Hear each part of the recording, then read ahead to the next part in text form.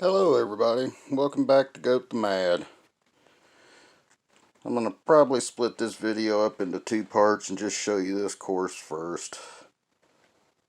I have, in the last couple months, through the course of my work, come across a large amount of styrofoam and cardboard and things like that for free.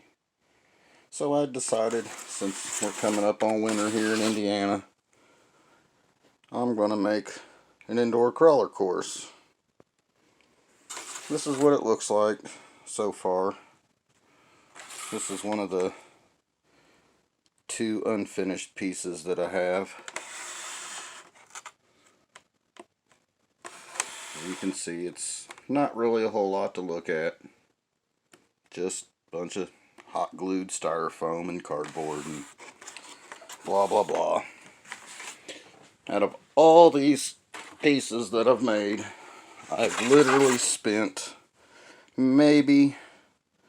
probably not even $20 on material.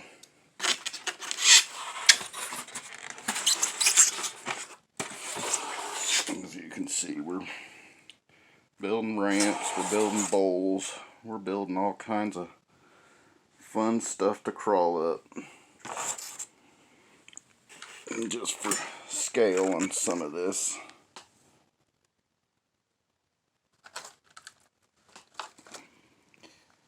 it's going to be interesting to crawl on. And we'll show you most of that on part 2 of this video. But this is how it's all been starting. Just as a big block of styrofoam or cardboard or whatever. Hot glued everything together. Kind of been building everything as like paper mache, but instead of using plaster or anything like that, been using a quick set, light, 45-minute drywall mud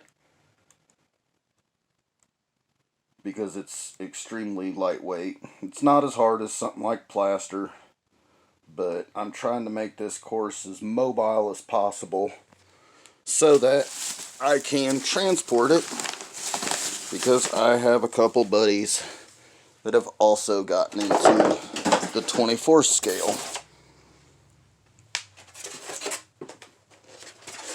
This is one part of my course.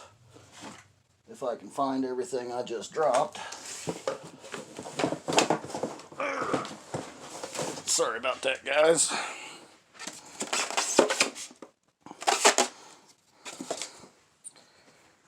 I've made all these to kind of work together, but be independent of each other.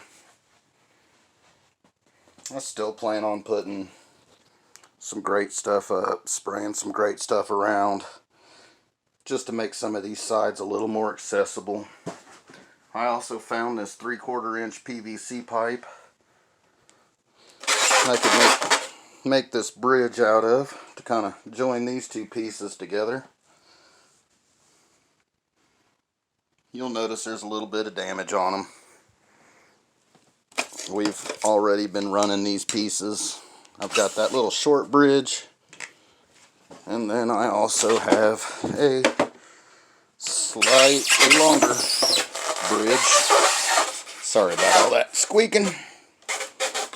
That's just how styrofoam works.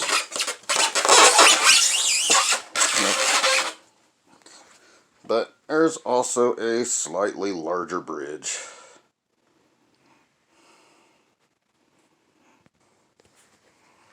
There's a couple more. And I've basically, like I said, I've just kind of hot glued everything down, make a little bit of a terrain out of it. You can tell there's damage on it because it is done with drywall mud, so like I said, it is a little bit softer.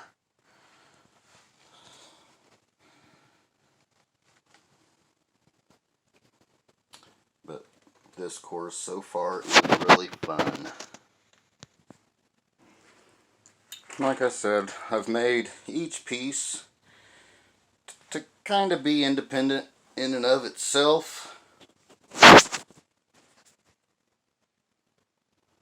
but at the same time kind of push everything up against it, and you can run one big course or you can run any of these pieces to a point independently. This big bowl was one of the reasons right here I had to replace my servo and motor, because it kept binding up in there.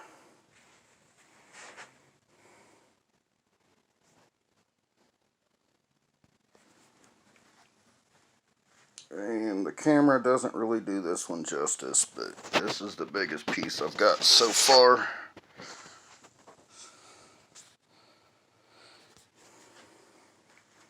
I've got between 80 and 100 hours into all this so far, between dipping back and forth from work and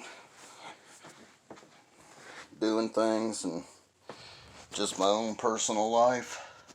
I wasn't going for extreme realism, just something to crawl on in the winter. Until that right there is a big diff catcher.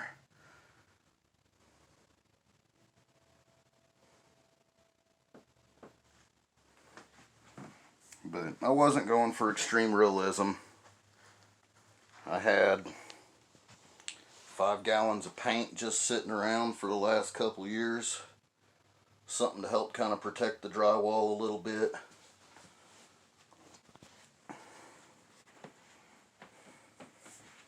I do plan on making some modifications to this because it is going to get torn up. So